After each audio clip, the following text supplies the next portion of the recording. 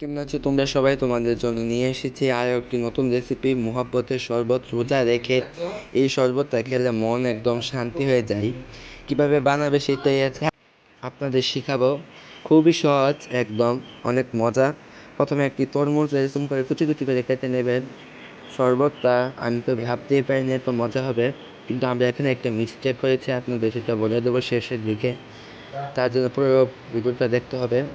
এখানে একটা বড় ব্লগও ছাড়বো, তাইলে দেখে আসতে পারেন।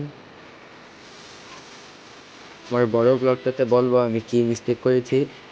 তো এভাবে তরমুজগুলো কেটে আমি আরেকটা বলতে বাড়িতে রেখে নিচ্ছি। আপনারা চাইলে যেভাবে ইচ্ছে সেইভাবেই কাটতে পারেন।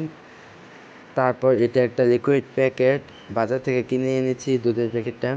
ঘরে ভেবেছি দুধটা দিয়ে করবে, এই দুধটা দিয়ে করলে অনেক বেশি মজা হয়। আমরা সবাই একসাথে বসে বানাচ্ছিলাম। আর এটা হলো রুয়াবজা, এটার দাম পড়েছে 300 টাকা। বড়টা আছে কিন্তু আমরা এটি এনেছি। এটা দেওয়ার পরে দেখুন কালারটা কীভাবে পাল্টে যায়। প্রথম অল্প অল্প করে দিয়েছিলাম, আপনারা অল্প অল্প করে দিয়ে দিয়ে দেখবেন। তারপর আরেকটু দরকার পড়েছে তাই আরেকটু দিয়েছি। এটা দেওয়ার ফলে শরবতের কালারটা পুরোটাই পাল্টে গেছে এবং অনেক মজা হয়ে গেছে। তারপর দিয়ে দেবো সামান্য পরিমাণে চিনি, যেহেতু রুয়াবজা অনেক মিষ্টি আর দুধও মিষ্টি আর তরমুজের সাথে মিষ্টি, তাই আপনারা হয়ে গেছে আমার রুয়াবজা শরবত, মানে মহব্বতের শরবত। খুব মজা, খুব রিফ্রেশিং।